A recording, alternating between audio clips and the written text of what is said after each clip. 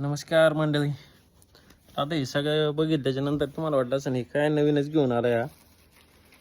आता तुम्हाला माहिती आहे ऊन किती वाढलेलं आहे, त्याच्यामुळे म्हटलं आता काहीतरी जुगाड केलं पाहिजे.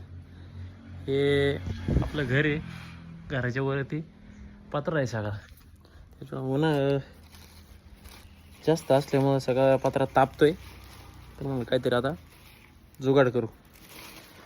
मग काय गेलो मार्केटमध्ये आणि हे घेऊन आलो. हे स्प्रिंकलर आहे मेटाफिम कंपनीचं, बघू शकता तुम्ही.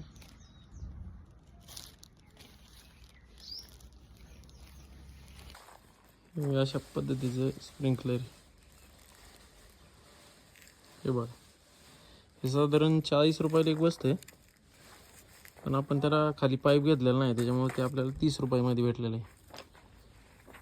हे बघा, साधारण 3-3 फूट दोन्ही साईडला कवर करते, 3 ते 4 फुटापर्यंत. इथं स्प्रिंकलर आहे आपला इथपर्यंत बघा, इथपर्यंत ओलं झालेलं आहे. साधारण माझ्या अंदाजे 3-3.5 ते 4 फूट अंतर असं.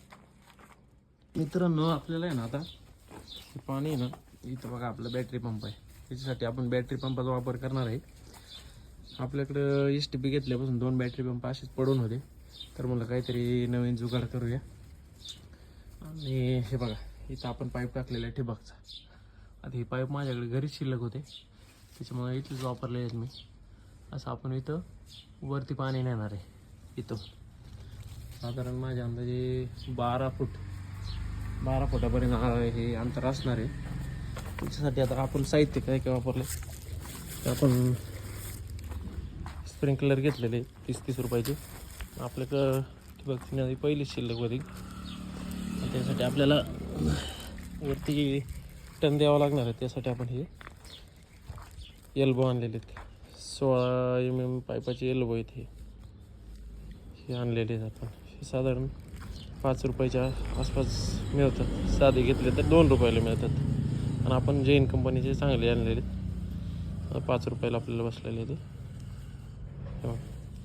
चला तर आपण आहे ना हे जोडून घेऊन ये, तुम्हाला दाखवतो कसं झालं. घरावरती आलेलो आहे. एवढा एरिया आपल्याला कवर करायचं आहे. चला आपण आहे ना पाईप वरती घेऊया. अशा प्रकारे आपलं स्प्रिंकलर चालू झालेलं आहे. आता एवढा पत्रा काही सेकंदाच म्हणजे 1 मिनिटाच्या आतमध्ये एवढा पत्रा वरला केलेला आहे. हे बघा, 1, 2, 3 आणि त्या कोपऱ्यामध्ये 4 असे 4 स्प्रिंकलर बसवलेले आहेत. याला साधारण 120 रुपये खर्च आहे. हे बघा, त्या पद्धतीने आपण कनेक्शन केलेलं आहे. आपण ड्रिपच्या पाईपाने पंपामध्ये पाणी सोडलेलं आहे आणि इकडून इथं वर पाणी हे केलेलं आहे, वरती नेलेलं आहे स्प्रिंकलरसाठी. पंप चालू आहे, तुम्ही बघू शकता. तर आता आपण आलेलो आहे आपल्या पात्रेवरती फायनल रिझल्ट बघायला. दाखवतो तुम्हाला. हे बघा,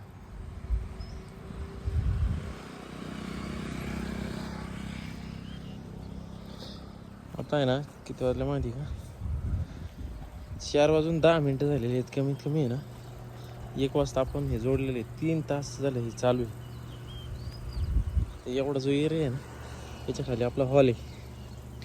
पूर्ण थंडगार वातावरण दिवसभर राहिलेलं आहे.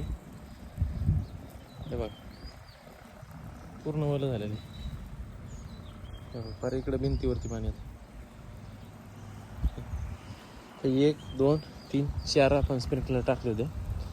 हा 30 फूट एरिया आहे, 30 फूट सगळा 30 फूट एरिया 4 स्प्रिंकलरमध्ये कवर झालेला आहे. तर आपल्याला अजून एक तिथे एक लाईन टाकायची, तो खालचा एक एरिया तेवढा कवर होऊन जाणार आहे. दिवसभर घरात अजिबात गरम होणार नाही, काय नाही. चल, कसा वाटला व्हिडिओ मला कमेंटमध्ये सांगा. आणि चॅनलला नवीन असेल तर चॅनल सबस्क्राईब करा.